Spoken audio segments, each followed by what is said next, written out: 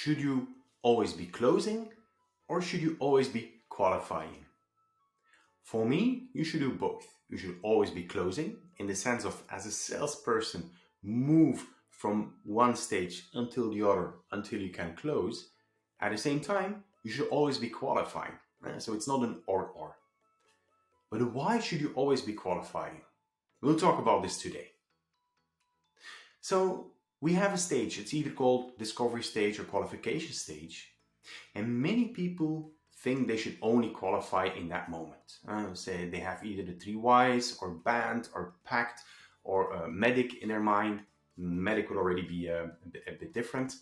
And they think, okay, when I qualify in that first stage, when I have set out everything right, then I'm set and I can start closing. But this is not true. Because in every stage, you will need to qualify and requalify. So for example, you have a limited amount of resources. You have a certain amount of time. Now you should always understand if the opportunity you're creating is still valid for this quarter, this period where you need to hit your target or not. So when you qualify something out, it does not necessarily mean you qualified out forever. You might move it from one quarter to the next quarter, for example. So because things might have changed with the customer. Maybe the opportunity is sad but true, no longer opportunity. No longer priority.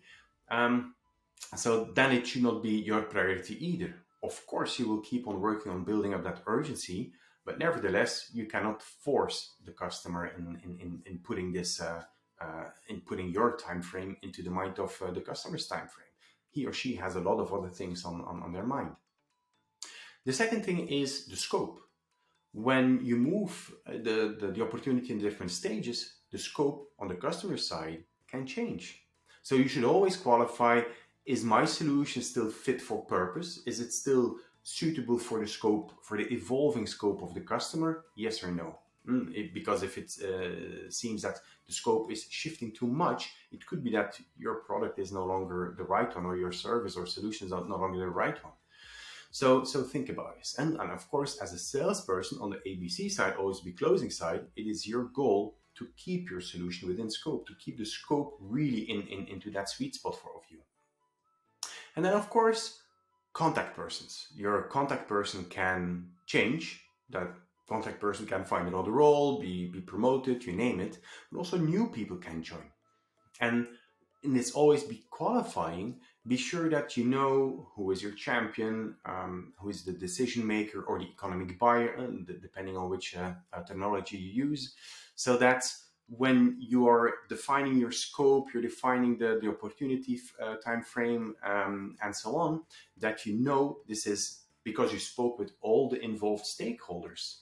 That if you meet a new contact person, that you haven't been spoken with somebody who had one impression of the opportunity, while the decision maker or the economic buyer had a completely different view, a much more strategic view into this. So that's why when you have a new contact person, keep on qualifying, actually re-qualify the opportunity and the urgency and the scope with that customer.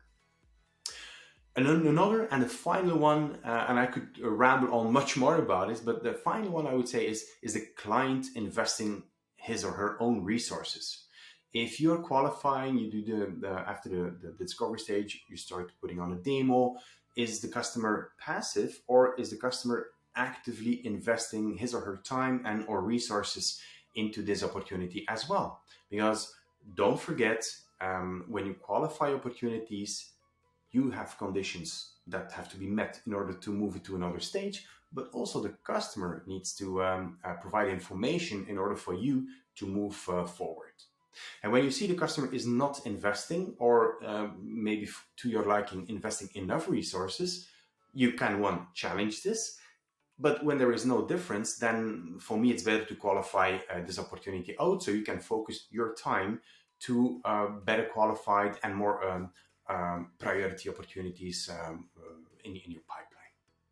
So I hope those 4 things really help you in understanding the need to always be qualifying.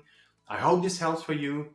Again, if you want to be updated by more videos like this, subscribe and see you later. Thank you very much.